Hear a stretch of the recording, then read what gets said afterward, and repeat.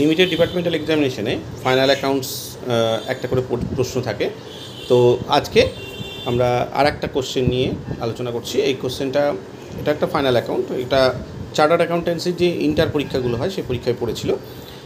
অঙ্কটা যথেষ্ট কঠিন আছে, এতটা কঠিন অঙ্ক হয়তো লিমিটেড ডিপার্টমেন্টাল এক্সামিনেশনে থাকবে না, কিন্তু আমরা এর মধ্যে থেকে দু একটা অ্যাডজাস্টমেন্ট হয়তো তুলে দিতে পারি বা এই ধরনের কোনো একটা অঙ্ক দিয়ে দিতে পারি। তো আমরা যদি খুব কঠিনটা করে নিতে পারি, একটু কঠিনটা আর কি, তাহলে কী হবে, তাহলে আমরা পরবর্তীকালে অন্য এর থেকে সহজ অঙ্ক পড়লে আমরা সহজে করতে পারবো।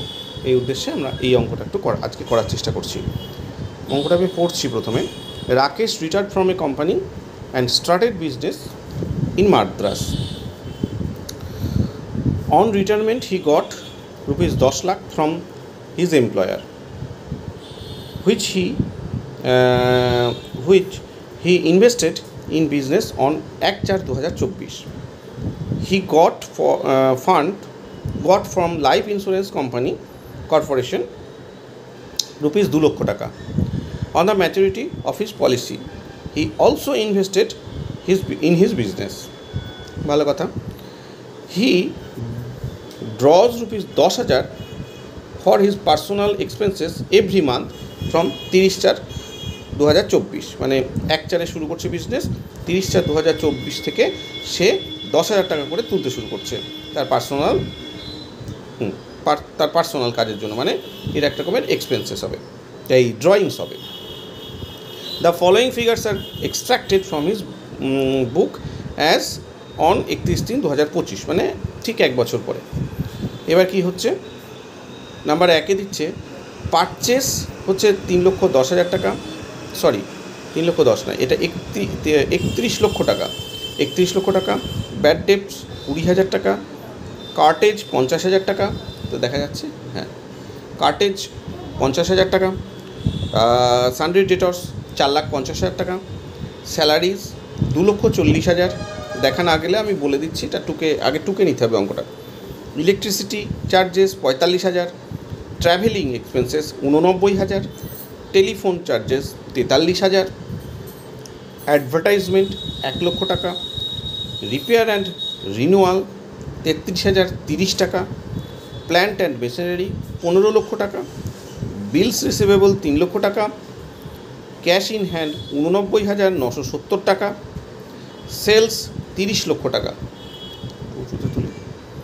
এরপরে আসছে সেলস পর্যন্ত বলা হয়েছিল।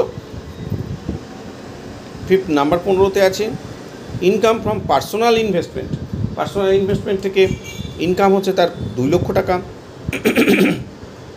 তার মানে এটাও তার অন্য জায়গা থেকে একটা ইনভেস্টমেন্ট, যেটা কোম্পানির না। ক্রেডিটর্স আছে 8,50,000 টাকা, ব্যাঙ্ক ড্রাফট 8 লক্ষ টাকা, বিল্ডিংস 10,000 টাকা ক্রেডিট ফিগারে হয়ে আছে। বিল্ডিং মানে হচ্ছে অ্যাসেট, যেটা ডেবিট ফিগারে থাকার কথা সেটা ক্রেডিট ফিগারে হয়ে আছে। You are requested to prepare trading account, profit and loss account and balance sheet for the year after taking consideration the following further information. তাহলে আমাদের এই 3টে জিনিসই করতে দেয়, 3টে জিনিসই এখানেও করতে দেওয়ার কথা বলা আছে। কী কী ফার্দার ইনফরমেশান আছে? পারচেস ইনক্লুডস রুপিস 1 লাখ টাকা representing the value of furniture purchase হয়েছে, পারচেসের মধ্যে ঢুকে আছে।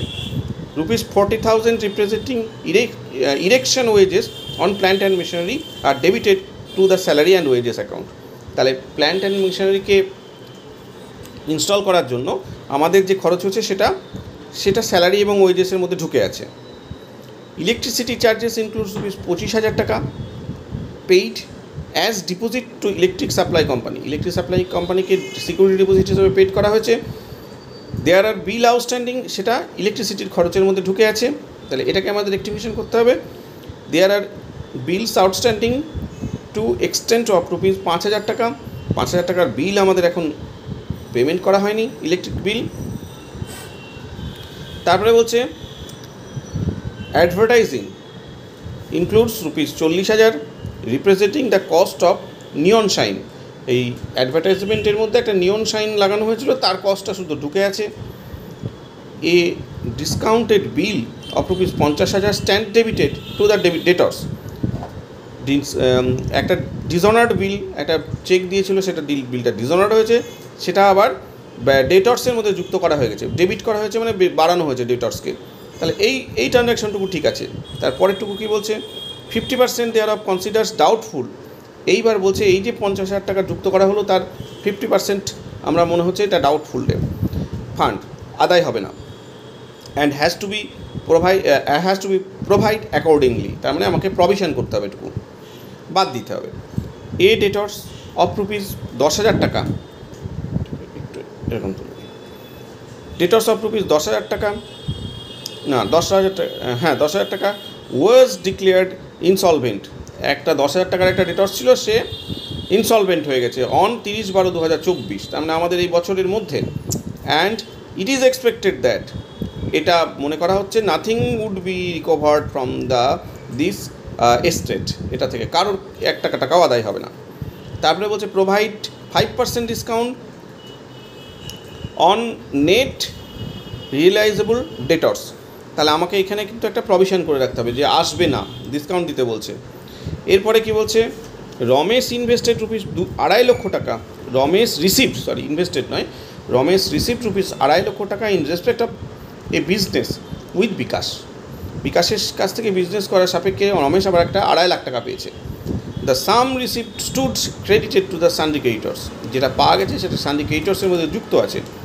ইট ইজ নোটেড দ্যাট, এটা a sum of rupees 50,000 was due to Ramesh as share of profit from that business. সেই বিজনেসের প্রফিট হিসাবে তার 50,000 টাকা পাওয়ার কথা, সে পাবে। তারপরে আর কি বলছে, during the period there was a fire damaging the stock of rupees 5 lakh টাকা। মানে একটা ফায়ার হয়েছে, তাতে 5 লাখ টাকার গুডস ড্যামেজ হয়ে গেছে। The damage goods were sold in rupees 2 লক্ষ টাকা। 2 লক্ষ টাকায় সেই ড্যামেজ 5 লক্ষ টাকার গুডসটা 2 লক্ষ টাকায় বিক্রি হয়েছে। দ্য সাম অফ রুপিস 2 লক্ষ ইজ ইনক্লুডেড ইন সেলস। এই যে 2 লক্ষ টাকার বিক্রি হলো, সেটা আবার সেলসের মধ্যে যুক্ত করা হয়ে গেছে। The insurance company paid rupees 2.5 লক্ষ টাকা towards the loss of stock. তাহলে ইন্স্যুরেন্স কোম্পানি আবার 2.5 লক্ষ টাকা দিয়ে দিয়েছে, ইন্স্যুরেন্সের ক্লেম দিয়ে দিয়েছে। The godown containing the stock, যে গোডাউনটায় স্টকটা ছিল, ওয়াজ অলসো ড্যামেজ, সেটাও ড্যামেজ হয়েছে to the extent of rupees 1.5 লক্ষ টাকা। 1.5 লক্ষ টাকা নষ্ট হয়ে গেছে। Which has also been paid by the insurance company. এই 1.5 লক্ষ টাকাটাও কিন্তু ইন্স্যুরেন্স কোম্পানি আমাদেরকে ফেরত দিয়ে দিয়েছে। The total amount received from the insurance company was credited two building account.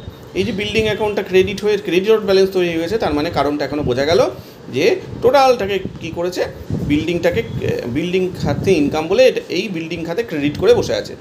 তাহলে এটাকে রেক্টিফিকেশন করতে হবে। নাম্বার 10 নম্বর যে অ্যাডজাস্টমেন্ট, সেটা কি দিচ্ছে, bank overdraft was given. Bank ওভারড্রাফটটা যেটা দেওয়া হয় on hypothecated to stock in trade. স্টকটাকে হাইপোথেকেট করে আমাকে ব্যাঙ্ক ওভারড্রাফট দেওয়া হয়। ইউ আর ইনফর্ম দ্যাট, আমাকে জানানো হচ্ছে যে the bank overdraft had a margin of 33.13% of the bank. মানে ব্যাঙ্ক আবার কী করে, যা স্টক আছে তার 33.13%ই আমাদেরকে ব্যাঙ্ক ওভারড্রাফট দেয়। আচ্ছা, and overdraft balance as on 31/3/25 was maximum which could have been drawn on the basis of that margin. আর 31/3 তারিখে যে আমার ইয়েটা আছে, আমার যে ওভারড্রাফটটা আছে, সেটা দেখা যাচ্ছে যে আমি যা পরিমাণ ম্যাক্সিমাম আমার যে কী বলে আমি ওভারড্রাফট পাবো, সেই ম্যাক্সিমাম ওভারড্রাফটটা আমার হয়ে গেছে। এইটা হঠাৎ করে দিল কেন? কারণ এটা থেকে আমাকে স্টকটা বার করতে হবে, ক্লোজিং স্টক। 31 দিনে যদি আমার ওভারড্রাফটটা হাইয়েস্ট পরিমাণে ওভারড্রাফট হয়ে থাকে, তার মানে এই যে 67.2 ভাগ যে স্টকটা আছে, সেটার ভ্যালুই হচ্ছে ওভারড্রাফটের ভ্যালু। আমাকে এখান থেকে আমাকে ক্লোজিং স্টকের ভ্যালুটা বার করতে হবে, তাই জন্য দিয়েছে। এরপরে কি আছে, the manager of the business is entitled to a commission of 5% on gross profit. ভালো কথা। তারপরে 12 নম্বরে লাস্ট যেটা দিয়েছে, সেটা হচ্ছে provided 10% depreciation on plant and machinery and furniture and 5% depreciation on building, এই এরা বলছে depreciation is to be provided on closing balance, যা ক্লোজিং ব্যালেন্স দাঁড়াচ্ছে তার উপরে আমাকে ডেপ্রিসিয়েশন চার্জ করতে হবে। এবার অঙ্কটা দেখা যাক কীভাবে করা যাবে। আচ্ছা, এই ধরনের অঙ্ক করতে গেলে প্রধান যেটা সমস্যা হয় সেটা হচ্ছে, এটা ওই আগের দিনের অঙ্কটা ছিল, আচ্ছা এইটা এবার আজকের অঙ্কটা। এই ধরনের অঙ্ক করতে গেলে আমার মেন যেটা সমস্যা, এখানে কিন্তু মানে ইনফরমেশানগুলো একটা মানে না ট্রায়াল ব্যালেন্স দিয়েছে, না কোনো মানে আমি যে ঠিক কী অবস্থা দাঁড়াচ্ছে তার ট্রায়াল ব্যালেন্সটাও কিন্তু এখানে দেওয়া নেই। আমাকে প্রথম কাজ হচ্ছে আমাকে এই অ্যাকাউন্টের একটা ট্রায়াল ব্যালেন্স তৈরি করে নিতে হবে, তারপরেই আমি trading account, profit and loss account, balance sheet আমি কিন্তু বানাতে পারবো। সেখান থেকেই বোঝা যাবে যে তার যে হিসেবটা দিচ্ছে সেই হিসাব কী অবস্থায় দাঁড়িয়ে আছে। ট্রায়াল ব্যালেন্স আগে মিলছে কিনা দেখা যাক। আচ্ছা, এবার আমরা প্রথমে একটা ছক কেটে নিয়েছি আমি, এখানে আমরা ট্রায়াল ব্যালেন্স লিখছি। ট্রায়াল ব্যালেন্সটা আমাদেরকে বানাতে হবে। আমি ডেকোরেশন অত বেশি করছি না, ডেকোরেশনগুলো করলে আমাদের সময়টা বেশি লাগবে, ভিডিওটা লেন্দি হয়ে যাবে। কারণ আমি দেখি কি করা যায়। প্রথম থেকে আর একবার, রমেশ কোম্পানি স্টার্ট করেছে রিটায়ারমেন্টের সময়, তার এমপ্লয়ের কাছ থেকে 10 লক্ষ টাকা পেয়েছে। তাহলে প্রথমে যেটা হচ্ছে এই দিকটায় থাকে ডেবিট ব্যালেন্স, অ্যামাউন্ট, এই দিকটা থাকে ক্রেডিট ব্যালেন্স, এখানে থাকে হচ্ছে অ্যামাউন্ট। আচ্ছা, এবার প্রথমে দেখি তাহলে ক্যাপিটাল যদি বলছে, এইটা তাহলে ইনভেস্ট করেছে মানে সে ক্যাপিটাল দিয়েছে, তাহলে ক্যাপিটাল দিলাম। ক্যাপিটাল সে কত দিয়েছে আমাকে আগে যোগ করতে হবে। প্রথমে যে 10 লক্ষ টাকা দিয়েছে, এটা তার ক্যাপিটাল। তারপরে আবার কি বললো যে 2 লক্ষ টাকা পেয়েছে, সেটাও সে আবার কি করেছে, বিজনেসে ইনভেস্ট করে দিয়েছে। তাহলে প্লাস 2 লক্ষ টাকা যেটা দিয়েছে সেটাও তার কী বলে ক্যাপিটাল। আর একটা জিনিস আমরা অঙ্ক পড়ার সময় আমরা দেখলাম যে এখানে একটা লিখছে ইনকাম ফ্রম পার্সোনাল ইনভেস্টমেন্টস, তার পার্সোনাল যে ইনভেস্টমেন্ট আছে সেখান থেকে আবার সে 2 লক্ষ টাকা পেয়েছে। তাহলে এটাও তো বিজনেসের ইনকাম নয়, তাহলে তার মানে এটাও কিন্তু আমার ক্যাপিটাল হিসেবে ঢুকবে। তাহলে আমি এখানে প্লাস দিলাম, আরও 2 লক্ষ টাকা আমি যোগ করে দিলাম। তাহলে 10 আর 2 12 2 14 লক্ষ টাকা তার হলো ক্যাপিটাল। এখানে আমি 14 লক্ষ টাকা লিখছি, এইটা লেখা হলো। এরপরে এইটুকু পার্ট আমার হলো পারচেস বলছে 31 লক্ষ টাকা, তার মানে ডেবিট ফিগার। তো এইখানে আর একটা জিনিস বলছে, সরি আমি ভুল করছিলাম, যে 10,000 টাকা করে সে প্রত্যেক মাসে, এই যে প্রথমে এই 30/4 নিচ্ছে, তা 10,000 টাকা করে সে কিন্তু মানে ড্রয়িংস করছে। তাহলে প্রথমে ক্যাপিটাল আর উল্টো দিকে তাহলে ডেবিট হবে ড্রয়িংসটা তাহলে কত হবে, সে প্রথম 30/4 থেকে তুলতে শুরু করেছে 10,000 টাকা করে, তার মানে 10,000 গুণিত 12 মাস সে তুলেছে, তার মানে 1,20,000 টাকা তার ড্রয়িংস হয়ে গেছে। এরপরে আমরা পাচ্ছি যেটা, সেটা হচ্ছে পারচেস ডেবিট ফিগার দেখা যাচ্ছে। হ্যাঁ, পারচেস হচ্ছে কত, 31 লক্ষ টাকা, 31 1 2 1 2 3। তারপরে ব্যাড ডেপ্ট, এটা খরচ, ব্যাড ডেপ্ট ডেবিট ফিগার, খরচ যেহেতু 20,000। কার্টেজ খরচ, কার্টেজ হচ্ছে 50,000 টাকা। তারপরে কি আছে, কার্টেজের পরে চারটে সানড্রি ডেটর্স, এটাও তো অ্যাসেট, তাহলে এটাও ডেবিটে যাবে।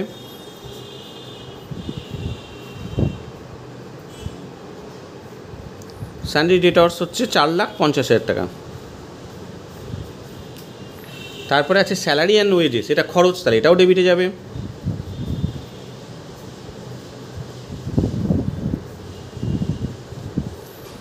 স্যালারি অ্যান্ড ওয়েজেস হচ্ছে 2,40,000 টাকা। তারপরে কি বলছে, ইলেকট্রিসিটি চার্জেস, এটাও খরচ, তাহলে এদিকে ডেবিটে যাবে।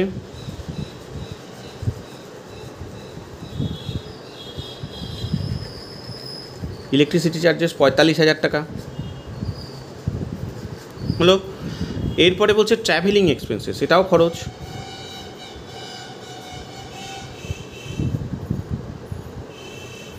কত ট্রাভেলিং? 89,000 টাকা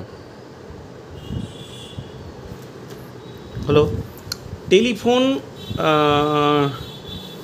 টেলিফোন বাবদ খরচ আর কি, তাহলে টেলিফোন বাবদ খরচ কত? এটা উড়ে যাচ্ছে, এটা দেওয়া থাকে।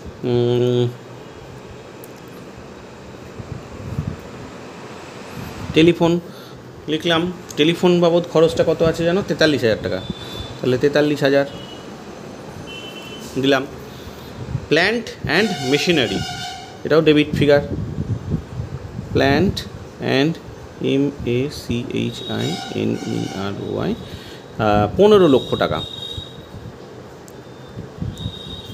হলো। এরপরেরটা আসছে বিল রিসিভেবল, এটাও ডেবিট ফিগার।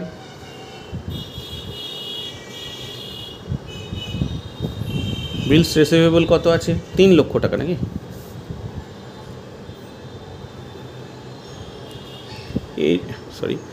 এরপরে কি আছে? ক্যাশ ইন হ্যান্ড, তাহলে এটাও ডেবিট ফিগার। বাহ, সবই তো ডেবিট ফিগার চলে আসছে। এটাকে একটু এইভাবে রাখি, না তো দেখাই যাবে না, এটাকে এইখানে করি। কোথায় গেল? এইখানে আছে, এটা আবার দেখা যাচ্ছে না, মুশকিল। কোন দিকে কী করবো? এখানে একটু দেখিয়ে নিই। যে ক্যাশ ইন হ্যান্ড 89,970, এখানে লিখলাম ক্যাশ ইন হ্যান্ড 89,970, এটাই বোধহয় দেখলাম 89,970। সেলস আছে 30 লক্ষ টাকায়, এইটা হচ্ছে ক্রেডিট ফিগার। তাহলে আমি এই দিকটা লিখি।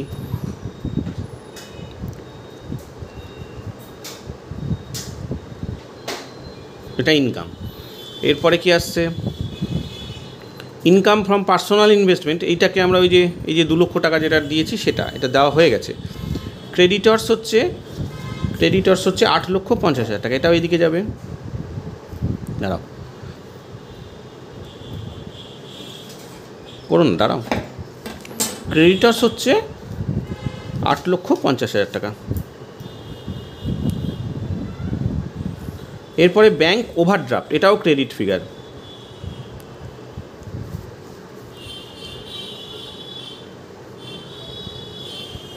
কত টাকা বলছে? 8 লাখ টাকা। এটা খুব কাজে, ক্লোজিং স্টক বার করার সময় লাগবে, আমরা দেখছিলাম। বিল্ডিংটা আছে ক্রেডিট ফিগারে, তাহলে আমরা বিল্ডিংটাকেও এখন ক্রেডিট ফিগারে দেব।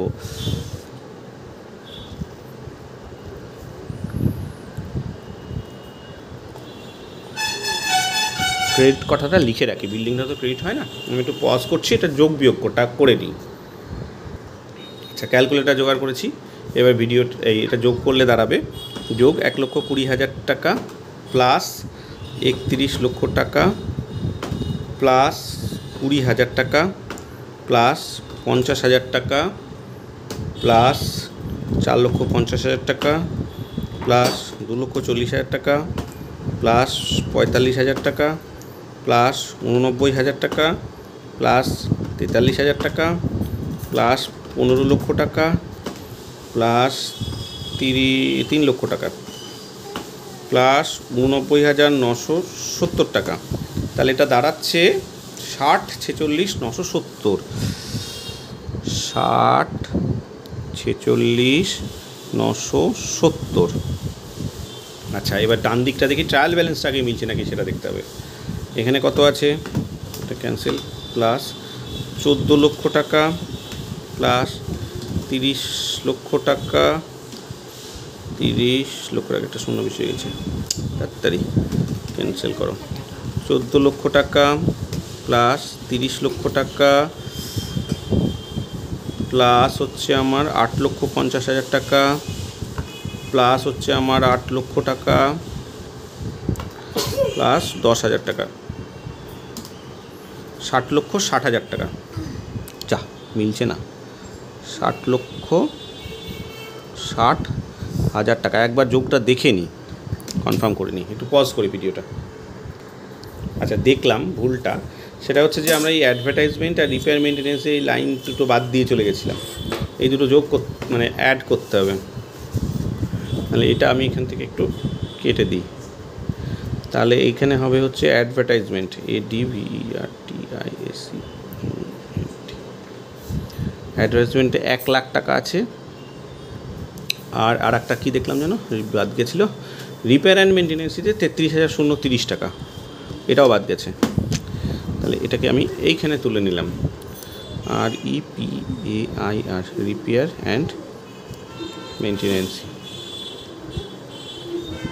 কী দিয়ে আছে, repair and renewal, repair and renewal, RENEWAL, 33,030 টাকা।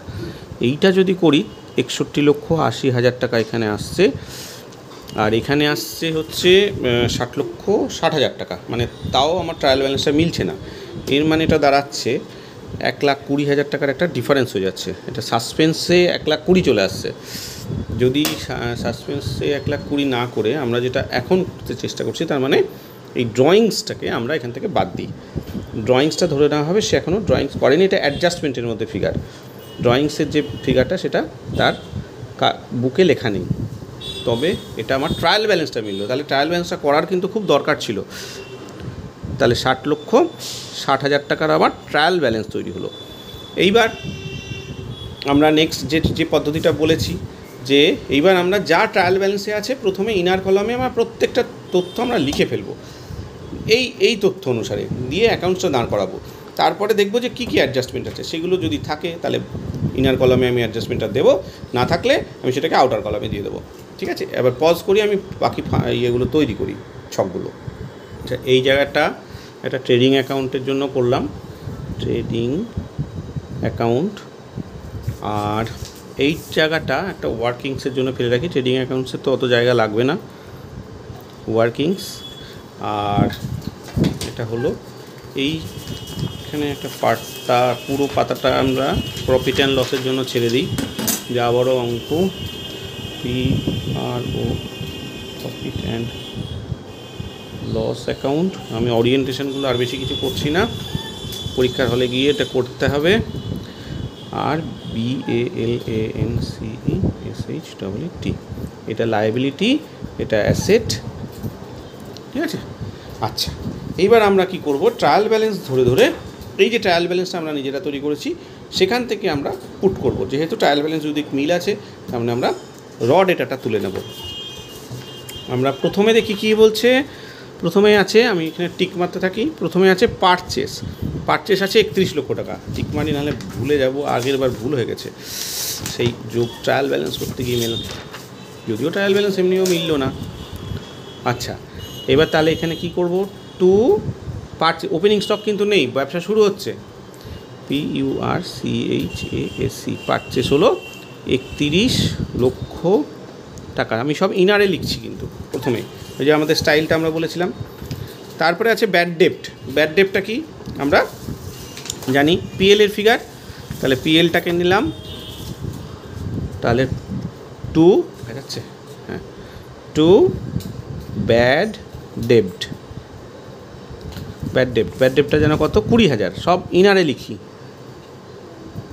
আউটারে পরে দেব। অ্যাডজাস্টমেন্ট থাকুক তাও দেবো, না থাকুক তাও দেবো। কার্টেজটা হচ্ছে আমার ট্রেডিংয়ের খরচ।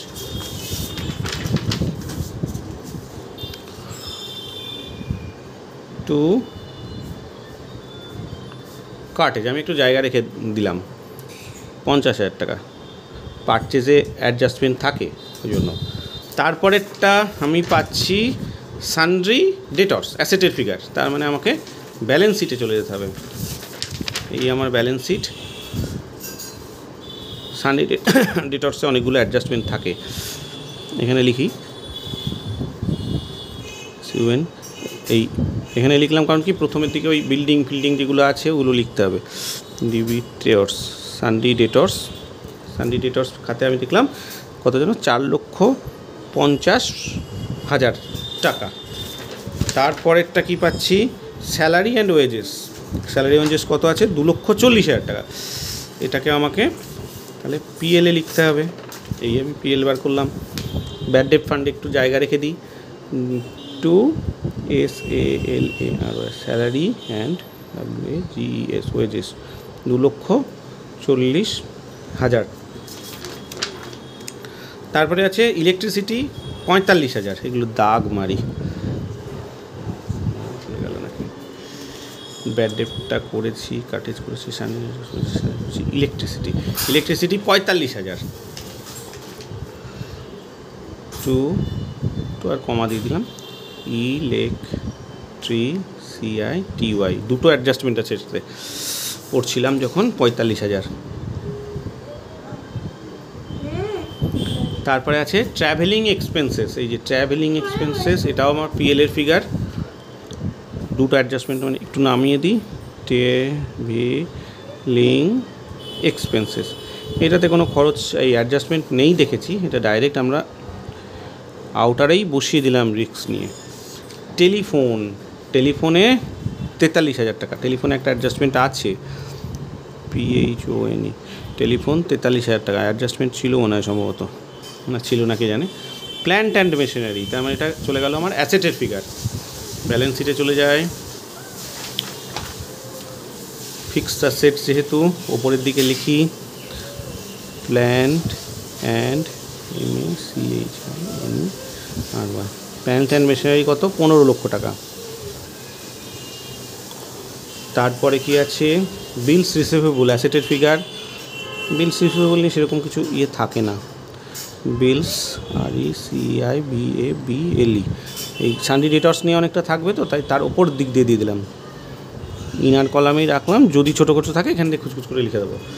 বিলস রিসিভেবলের পরে বলছে ক্যাশ ইন হ্যান্ড নিয়ে কিছু থাকে না, সুতরাং ক্যাশ ইন হ্যান্ডটাকে সব লাস্টে দিতে হবে।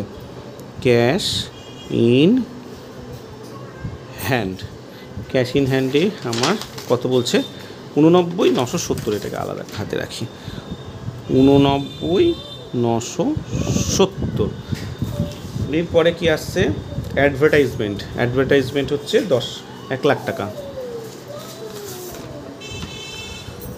টেলিফোনে থাকলে একটু ছাড় রাখলাম, দেখা যাচ্ছে, হ্যাঁ, BERTIACMENT, অ্যাডভার্টাইজমেন্ট হচ্ছে 1 লক্ষ টাকা। এইটা আমার হয়ে গেল ক্যাশ ইন হ্যান্ড অ্যাডভার্টাইজমেন্ট। তারপরে রিপেয়ার অ্যান্ড রিনিউয়াল, এটা 33,030 টাকা, এটাও আমার পিএলের খরচ। কি রিপেয়ার অ্যান্ড রিনিউয়াল হচ্ছে 33,030 টাকা, আমি ইনারেই লিখলাম। এই দিকটা আমার হলো। এবার ক্রেডিট সাইডটা ট্রায়াল ব্যালেন্সের, ক্যাপিটাল 14 লক্ষ টাকা, তাহলে capital trial trading account balance শিটে চলে যাবে, CAPITAL, ক্যাপিটাল 14 লক্ষ টাকা। অ্যাড নেট প্রফিট, এটা অ্যাড হবে, তারপরে লেস ড্রয়িংস, ওই যে আমরা জানি যে ড্রয়িংসটা 1,20,000 টাকা আছে, পরে করছি, মানে যতগুলো অ্যাডজাস্টমেন্ট আছে তারপরেও আবার একটা অ্যাডজাস্টমেন্ট দিতে হবে, ওই প্রথমে বলেছে বলে। এরপরে ট্রায়াল ব্যালেন্সে কি আছে, এটা হলো সেলস আছে 30 লক্ষ টাকা, তাহলে ট্রেডিং অ্যাকাউন্টে চলে যাব, ট্রেডিং অ্যাকাউন্ট বাই সেলস, সাধারণত অ্যাডজাস্টমেন্ট থাকে, অ্যাডজাস্ট হলো সেলসের পরে আছে ক্রেডিটর্স 8,50,000 টাকা, তাহলে ট্রায়াল প্রফিট অ্যান্ড লসে ব্যালেন্স শিটে এইটুকু ছেড়ে রাখি। এরপরে SUNDRY সান্ড্রি CREDITORS কত দেখলাম, 8,50,000, হ্যাঁ 8,50,000 হলো। তারপরে ব্যাংক ওভারড্রাফট হচ্ছে, এখানে লিখে দিই,